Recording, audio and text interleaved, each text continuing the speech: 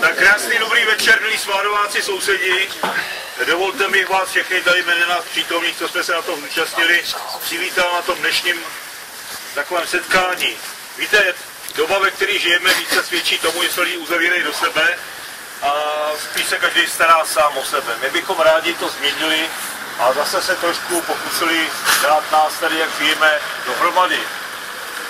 Abychom se tedy dokázali na sebe víc usmívat a to nejen setkávat se a nejenom mezi 4 stěnama, ale tady prostě ve Svádově, tak jak my dojdeme, uměli se na sebe zasmát, říct hezký den, dobrý den, no a dokázali spolu, pokud možno co nejlíp žít. Chci tak na závěr toho úvodu říct snad jenom pár slov v tom smyslu, že pro nás, jak tady stojíme, bude největší odměnou to, když se budete usmívat, budete mít radost z toho našeho dnešního vystoupení, pokud děti budou mít nejzářivější očička, který jsme viděli o Vánocích, a to si myslím, že je to nejdůležitější, proč jsme se tady sešli. Takže začneme dnešní produkcí a začneme tak, ne sice koledou, je to vánoční píseň, Veselé Vánoce, ona to je spíš na to rozespívání, který je na to nejlepší. Kdo umíte, předpokládám, že skoro všichni, tak prosím, zpívejte s námi.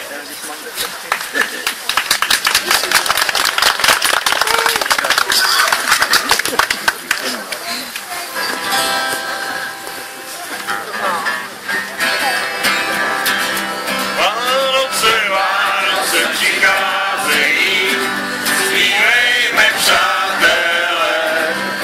Po roce Vánoce, Vánoce přicházejí, šťastné a veselé.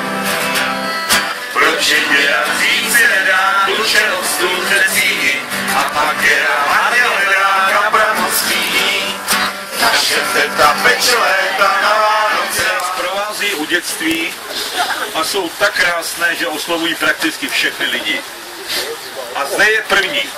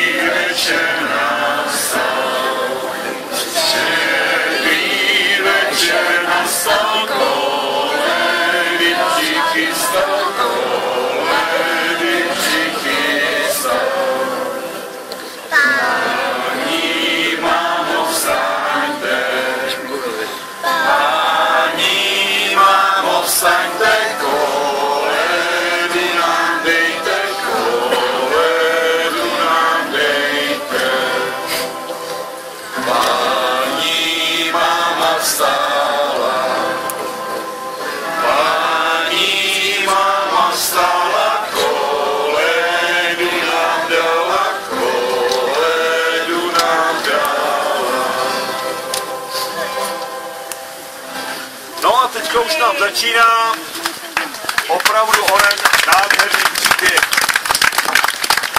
o zrození Syna Božího.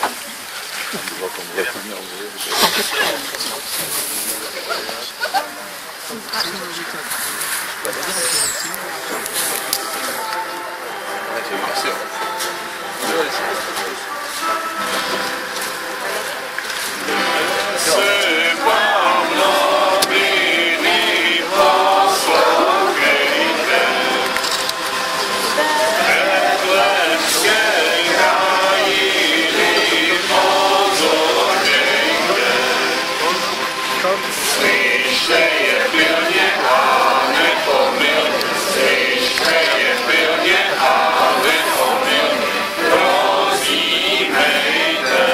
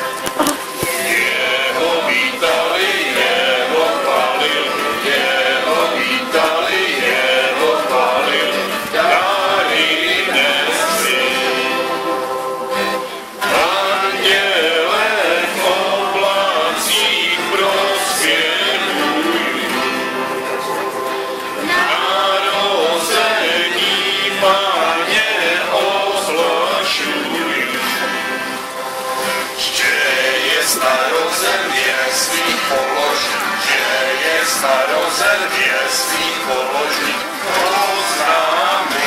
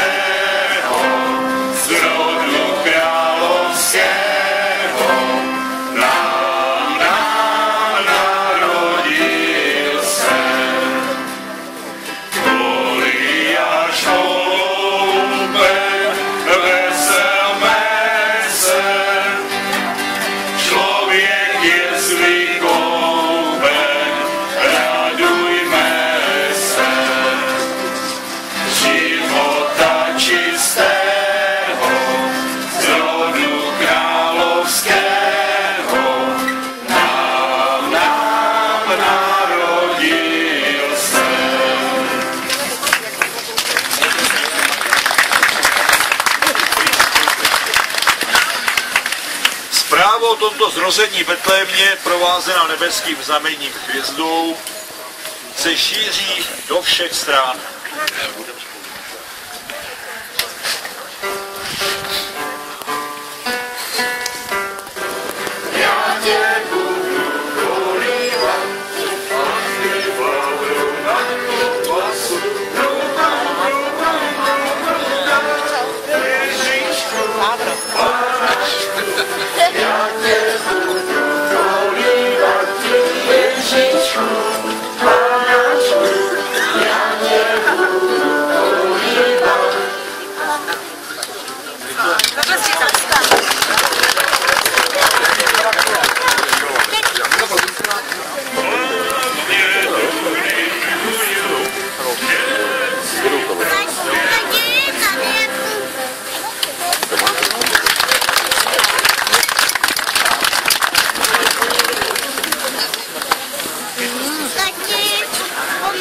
Ježíšek dostával dary a i dneska my máme možnost vyjádřit hmatatelně svoji touhu pomoci potřebnému slovíčkovi, ovšem ne někomu anonymnímu, ale šikovnému malému skládováčkovi Matějovi, který má už od narození zdravotní problémy s kyčlemi.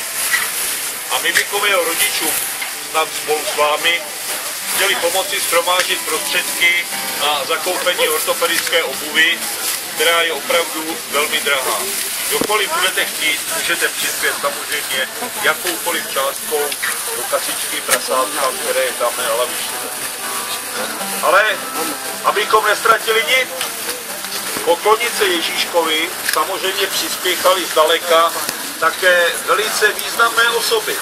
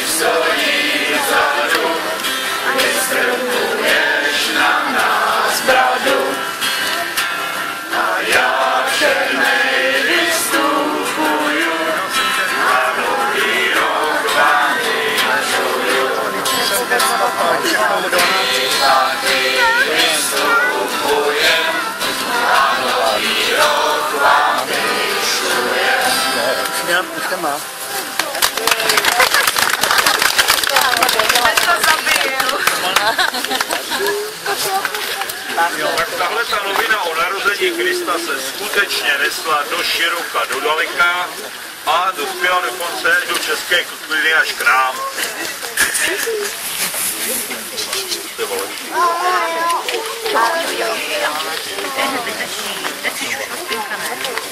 Chceš jít přede mě?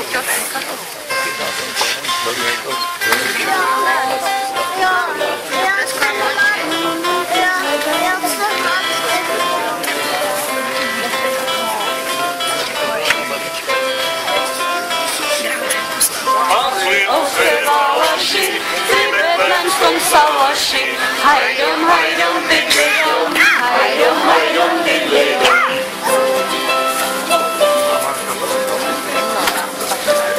Anděl se jim ukázal, do Betléma jí zkázal. Hajdom, hajdom, bydlidom, hajdom, hajdom, bydlidom.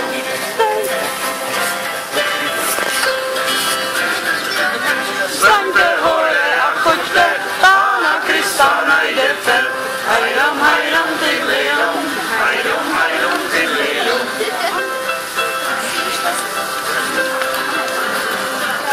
Najděte ho měsíčka, hodíte ho měsíčka.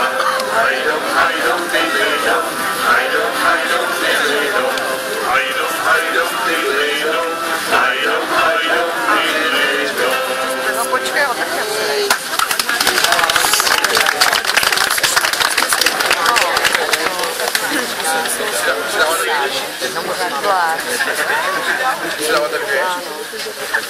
Jak se říká, čeho je moc, toho je příliš a taky ta svatá rodina měla potom nekonečné procesí zvědavých návštěvníků unavená a přivítali proto nadcházející noc, která přinesla odpočinek, sladký sen a naději do budoucna.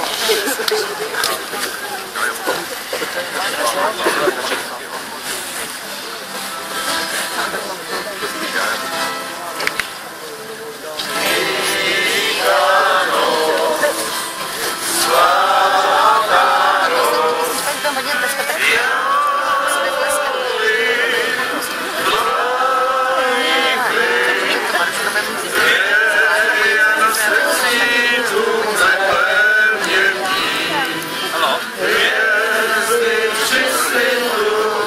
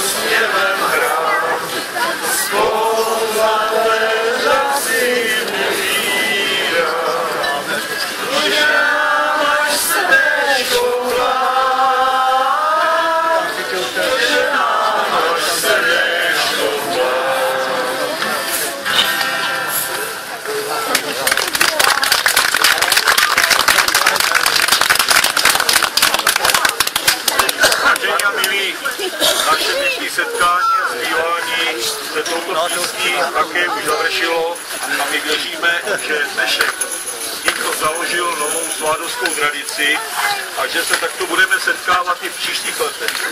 A třeba ne při těchto příležitostech. Když se setkáváme prakticky stejně každý den tady ve Svádově. Věříme také, že dobrá nálada a úsměv vám alespoň nějakou chvíli vydrží. Tak ještě jednou díky vám všem za vaši účast, podporu dobré akci a brzy někdy nashledanou.